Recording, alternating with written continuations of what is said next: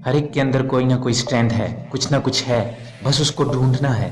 जब आपके अंदर ये डिज़ायर आएगा कि मुझे जानना है कि भाई कि मेरी स्ट्रेंथ क्या है, मेरे में वो यूनिक क्या है जो इस पूरी दुनिया में किसी में नहीं है, आपको जवाब मिलने शुरू हो जाएंगे। आपकी सक्सेस आपके अंदर है, बाहर नहीं है। पैशन आपका अंदर है, आपकी स्ट्रेंथ आपके अंदर है। जो भी आप बनना चाहते हो वो सब आपके अंदर है। आपकी विल पावर के आगे दुनिया की कोई भी ताकत टिक नहीं सकती। आपने सोच लिया मुझे ये करना है, कितनी भी प्रॉब्लम आए लेकिन मुझे ये करना है। सब कुछ खो सकता हूँ, होने दो, मुझे ये करना है। दर्द मिलेगा, होने दो, मुझे ये करना है।